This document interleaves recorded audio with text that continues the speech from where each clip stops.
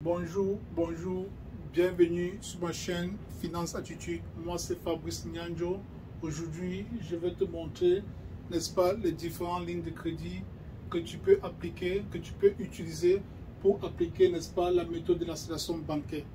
Pour appliquer la méthode de l'accélération bancaire, vous avez besoin, n'est-ce pas, d'avoir une ligne de crédit, ok? Et les différentes lignes de crédit que vous pouvez obtenir auprès de la banque, nous avons la ligne de crédit personnelle ou alors les marges de crédit. Ceux qui sont au Québec, non, les marges de crédit, ou alors en France, ici aux États-Unis, on appelle ça line of credit. Si tu es ici aux États-Unis, line of credit, ok? Et ici, nous avons, n'est-ce pas, les lignes de crédit hypothécaires, ce qu'on appelle ici aux États-Unis equity line of credit, ok? ILA, equity line of credit. Tu peux utiliser ça ici. Et en Montréal, au Canada, on appelle ça les marges de crédit hypothécaires. Là, vous pouvez aussi utiliser les cartes de crédit comme, n'est-ce pas, des leviers bancaires pour pouvoir accélérer votre dette. Ok? Ça, le principe de l'accélération bancaire, c'est juste pour payer les dettes le plus rapidement possible sans toutefois perdre votre cash flow. Ok? Et aussi en accumulant du capital. Je prends un exemple très simple. Supposons que vous vous êtes comporté très bien auprès de la banque en gérant bien vos finances et que vous avez, n'est-ce pas, mis en pratique la méthode de l'accélération bancaire pour pouvoir solder vos dettes et la banque, n'est-ce pas, a constaté que vous gérez bien la dette. Qu'est-ce qui va se passer? La banque va directement augmenter la limite de votre ligne de crédit. Si vous étiez peut-être à 5 000 $, vous allez passer immédiatement à, n'est-ce pas, 10 000 $. N'est-ce pas? Pareil pour la carte de crédit. Si vous étiez peut-être à 8 000 $, vous pouvez passer rapidement à 15 000 $. Là, c'est le capital que vous êtes en train d'accumuler en appliquant le principe de l'accélération bancaire, qui voudrait tout simplement que lorsque tu reçois ton salaire, n'est-ce pas? Lorsque tu reçois ton salaire, stop. Ne commence pas directement à payer tous les différentes factures. Le salaire arrive au niveau du compte courant. Tu dois transférer d'abord ton salaire, n'est-ce pas, dans la ligne de crédit, ok? Et ensuite, tu vas ressortir, n'est-ce pas, pour payer les différentes factures qui se présentent au niveau du poste de dépenses. C'est ça. Donc, si j'ai une facture de 150 $ à ce niveau-ci et que mon salaire du mois est arrivé, supposons que vous gagnez 4 500 $, je vais d'abord transférer de l'argent de la ligne de crédit pour créer du vide, n'est-ce pas, et payer mes dépenses, n'est-ce pas, payer les différentes factures. Je prends un exemple. Supposons que j'ai, n'est-ce pas, 150 $ qui se présentent à ce niveau-ci.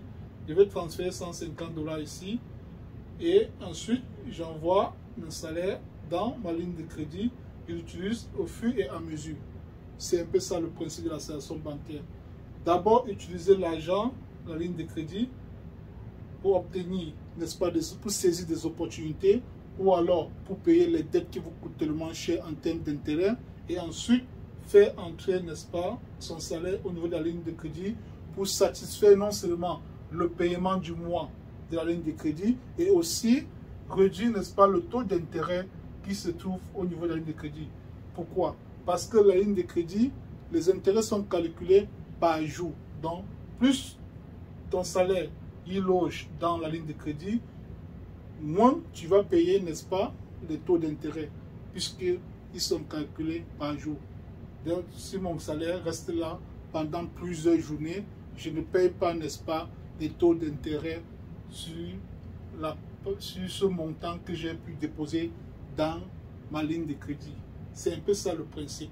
Aujourd'hui, je t'ai montré, n'est-ce pas, les différents leviers bancaires que tu peux utiliser pour te créer du capital en appliquant, n'est-ce pas, la méthode de l'accélération bancaire, payer toutes tes dettes le plus rapidement possible, solder tes crédits le plus rapidement possible, sans toutefois perdre ton cash flow, puisque ton cash est toujours disponible au niveau de la ligne de crédit et que tu peux l'utiliser, n'est-ce pas, à n'importe quel moment. Si un besoin se présente, je transfère tout simplement de l'argent de la ligne de crédit au compte courant et je paie. Contrairement à celui qui a tout dépenser son argent et à la fin du mois, il est en difficulté, il n'a plus du cash, puisqu'il a utilisé son cash flow pour solder ses dettes, pour accélérer ses dettes, et alors il est bloqué. Et même si il a mis ça dans son compte d'épargne, si une opportunité se présente, il ne peut pas la saisir. Parce que si l'opportunité qui se présente demande un capital important, il n'aura pas assez d'argent là dans son compte d'épargne pour cette opportunité. Mais toi, avec les différents leviers bancaires que je viens de te montrer, tu pourras facilement saisir l'opportunité. Sur le plan, en ce qui concerne, n'est-ce pas, le financement créatif, sur le plan personnel, vous pouvez obtenir jusqu'à 150 000 et sur le plan business, vous pouvez aller jusqu'à 250 000.